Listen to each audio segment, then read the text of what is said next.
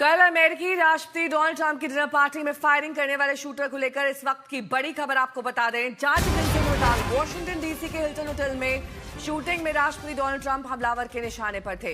Reports के मुताबिक गोली चलाने से पहले हमलावर ने अपने घर एक निजी संदेश भेजा जिसमें हमले की मंशा का इजहार किया था। इस संदेश को अमेरिकी जांच एजेंसियां एंटी क्रिश्चियन मैनिफेस्टो बता रही हैं। हमलावर का संदेश मिलते इसका सूचना परिवार ने पुलिस को दे दी थी। उस संदेश में क्या था ये आपको दिखाते हैं। आरोपी एलन ने खुद को फ्रेंडली फेडरल असैसिन बताया। बिना सीधा नाम लिए ट्रंप का बार बार उल्लेख किया। हमलावर ने कहा कि वो ट्रंप प्रशासन के अधिकारी को निशाना बनाना चाहता है। संदेश मिलने के बाद एलन के भाई ने पुलिस से संपर्क किया। एलन ने अक्टूबर 2023 में सेमी ऑटोमेटिक राइफल खरीदी थी और इसके 2 साल बाद एक शॉटगन। और इस बीच रोहित शर्मा मेरे सहयोगी जुड़ गए हैं तमाम जानकारी के साथ। रोहित, लगातार खुलासे हो रहे हैं, आपके पास और एडिशनल क्या जानकारी अब मिली?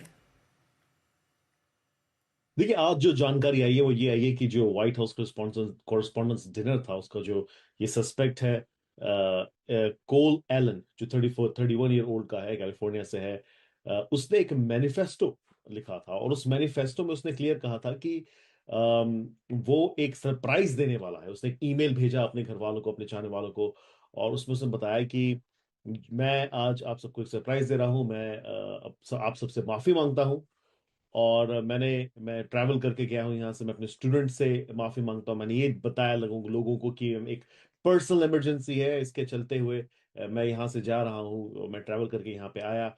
और उसके मैनिफेस्टो को अगर हम पढ़े तो उसने क्लियरली इसमें आइडेंटिफाई किया है कि ये जो अटैक्स थे, ये अटैक उसने प्लान किए एडमिनिस्ट्रेशन ऑफिशियल्स के खिलाफ, मतलब प्रेसिडेंट डोनाल्ड ट्रंप के जो ऑफिशियल्स हैं उनके खिलाफ उसने ये प्लान किए थे। और हाईएस्ट टू द लोएस्ट, मतलब किसी को भी, एवरीबडी, जो भी एडमिनिस्ट्रेशन का ऑफिशियल था, इसमें आप कैबिनेट सेक्रेटरी की बात कर सकते हैं, कैबिनेट के जितने भी सेक्रेटरीज हैं वो, साथ ही साथ जो व्हाइट हाउस का जो स्टाफ है प्रेसिडेंट डोनाल्ड ट्रंप का, वो सारे, ranking from highest to the lowest, but not including mister Patel. और मिस्टर पटेल यानी कैश पटेल, एफबीआई के जो डायरेक्टर है, उसका वो उनके टारगेट इसके एलन कोल के टारगेट में नहीं थे। साथ ही साथ उसने ये भी कहा अपने मैनिफेस्टो में कि सीक्रेट सर्विस को वो टारगेट नहीं बनाएगा, होटल के जो स्टाफ है, कैपिटल पुलिस है, उनको वो टारगेट नहीं करेगा अनलेस एब्सोल्युटली नेसेसरी। और वो अपने साथ, जैसे कि हमने बताया था, कि काफी तरह के गन्स लेके गया था, शॉटगन लेके गया था, ऑटोमेटिक वेपन्स लेके गया था, नाइव्स लेके गया था। तो उसने ये भी कहा है अपने मैनिफेस्ट में कि मैं सबसे कम मिनिमम कैजुअलिटी चाहता हूं।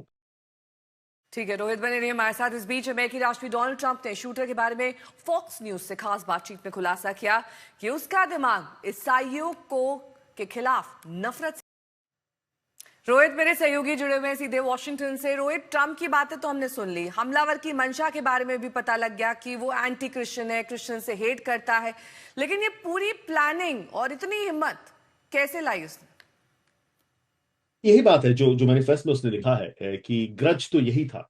उसका जो ग्रज है, या उसकी उसकी जो वजह उसने बताई है एलन कोल ने, कि वो खुश नहीं था जिस तरह का रेट्रिक यहाँ से वॉशिंगटन डीसी में चल रहा है, और पोलराइजेशन जो इस देश में हुआ है। उसने कहा है कि वो उस वजह से इस उसने ये फ्रेंडली फेडरल असैसिन, ये अपने आप के लिए उसने एक नाम दिया है। और उसने कहा कि हमारी कंट्री के जो लीडर्स हैं वो पीडोफाइल हैं, रेपिस्ट हैं, ट्रेटर्स हैं, और उसको शर्म आती है अपने आप को अमेरिकन कहने में। और उसका ऐसा मानना था कि ही हैड हैड इनफ, तो इसीलिए उसने जो है वेपन अपने हाथ में लिया, और ही थॉट कि वो हिस्ट्री का पार्ट बन जाएगा इस तरह का कुछ करके, और शायद कुछ बड़ा करके उसके नजरों में, जो बहुत अनफॉर्चुनेट होता। लेकिन उसके जो सोशल मीडिया की हम राइटिंग्स देखें तो उसके काफी रेडिकल व्यूज थे चीजों को लेके। और अगेन दिस इज समथिंग जो हम हमेशा कहते हैं कि एक कोई भी polarisation has not held America. तो आई थिंक यही वजह रही है कि उसने इस घटना को अंजाम देने की कोशिश की। उसके पास से जो बंदूक और जो शॉटगन मिली है, उनकी बहन का जब इंटरव्यू लिया गया कैलिफोर्निया में, तो उन्होंने कहा कि 2023 में उन्होंने बोली थी, और फिर उसके बाद 2025 में जाके उन्होंने जो है एक शॉटगन ली, एलन कोल ने। तो इसके अलावा जो हम बात कर रहे हैं एविडेंस की, तो जिस मैनिफेस्ट की मैं बात कर रहा था, वो मैनिफेस्ट उसकी फिजिकल कॉपी होटल के रूम में मिली है। उनके एक डिजिटल जो ट्रेल है वो, जिसके बात कर रहे थे, ईमेल्स हैं, सोशल मीडिया के पोस्ट्स मिले गए हैं, उनके फैमिली के इंटरव्यू लिए गए हैं, और उनकी फैमिली का भी ऐसा मानना था कि डिस्टर्ब था एलन कोल। तो आई थिंक अभी फिलहाल दीज आर द थिंग्स, और खुद का उसका ये ईमेल किया हुआ मैनिफेस्ट है जिसकी फिजिकल कॉपी मिली है खुद सीक्रेट सर्विस को और एफबीआई को उसके होटल से। तो आई थिंक आई मीन कल एक एक्सपेक्टेड प्रेस कॉन्फ्रेंस है, उसमें हमें और पता चलेगा। लेकिन आज जो है they've been able to trace digital footprint जो हम कहते हैं, उसे ट्रेस कर पाई है एजेंसीज। और बात पश्चिम एशिया की जंग की इस फ्रंट में आज बड़ी खबर आपको बता दें, अब पाकिस्तान में शांति वार्ता नहीं होगी। अमेरिकी राष्ट्रपति डोनाल्ड ट्रंप ने दो टूक कह दिया है। खुद को मध्यस्थ के रूप में प्रचारित करने वाले पाकिस्तान के लिए बड़ा झटका है। ट्रंप ने कहा कि अगर ईरान को बात करना है तो अमेरिका आए। उन्होंने कहा कि ईरान को जब भी बात करने का मन करे वो कॉल कर सकता है। इस बीच खबर यह है कि अमेरिका ने पाकिस्तान से अपनी सुरक्षा तामझाम को हटा लिया है। यह साफ संकेत है कि अब इस्लामाबाद में कोई भी वार्ता नहीं होगी।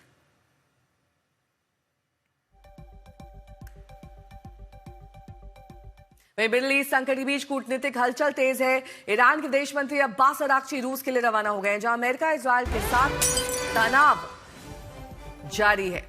इससे पहले अराक्ची ने पाकिस्तान का दौरा किया और सेना प्रमुख आसिम मुनीर से मुलाकात की। बताया जा रहा है कि ओमान में भी उन्होंने हॉर्मुज़ की सुरक्षा और शांति प्रयास पर चर्चा की। पाकिस्तान के जरिए अमेरिका ईरान के बीच बातचीत की कोशिश जारी है, लेकिन अब तक कोई ठोस नतीजा नहीं निकला है। फिर अमेरिकी राष्ट्रपति ट्रंप ने अपने प्रतिनिधियों का इस्लामाबाद दौरा रद्द कर दिया और कहा है कि बातचीत फोन पर हो सकती है।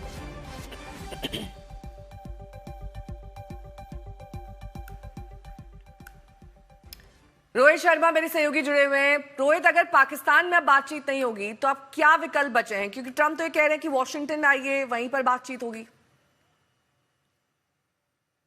बताया गया है कि प्रेसिडेंट डोनाल्ड ट्रंप ने खुद ने कहा कि अमेरिका बात कर रहा है, ईरान अपने प्रपोजल भेज रहा है, और सिर्फ पाकिस्तान जाके ही बातचीत नहीं हो सकती, बातचीत तो यहां से भी हो सकती है टेलीफोन के द्वारा।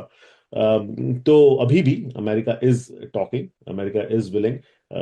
काफी लोगों का ये भी कहना था कि शायद फिर से हो सकता है जैरेड कुशनर और विटकॉफ पाकिस्तान जाएं, लेकिन अभी मुझे लगता है कि पिछले 24 घंटे में इस पे ज्यादा चीजें जो है we haven't been able to focus. I mean, when I say we, I mean the administration hasn't been able to focus, क्योंकि इस तरह का एक इंसिडेंट हुआ है उसको चलते। लेकिन हाँ, ऑब्वियस सी बात है कि दे आर टॉकिंग, और प्रेसिडेंट ट्रम्प ने कहा है कि हमारे पास सैटरडे को एक प्रपोजल आया, नॉट गुड इनफ, हम उस पर काम कर रहे हैं। तो आई थिंक बैक चैनल के अलावा मुझे लगता है बाकी तरीके से भी बात हो रही है। देयर इज अ रीजन कि ईरान के जो फॉरेन मिनिस्टर वो ओमान भी गए, ओमान से फिर पाकिस्तान से ओमान गए, फिर ओमान से फिर से तेहरान, और फिर पाकिस्तान। तो आई थिंक कहीं ना कहीं चीजें मूव हो रही है इन इन सम डायरेक्शन। अब ये पता नहीं कि पॉजिटिव है कि नहीं, लेकिन चीजें मूव तो हो रही हैं।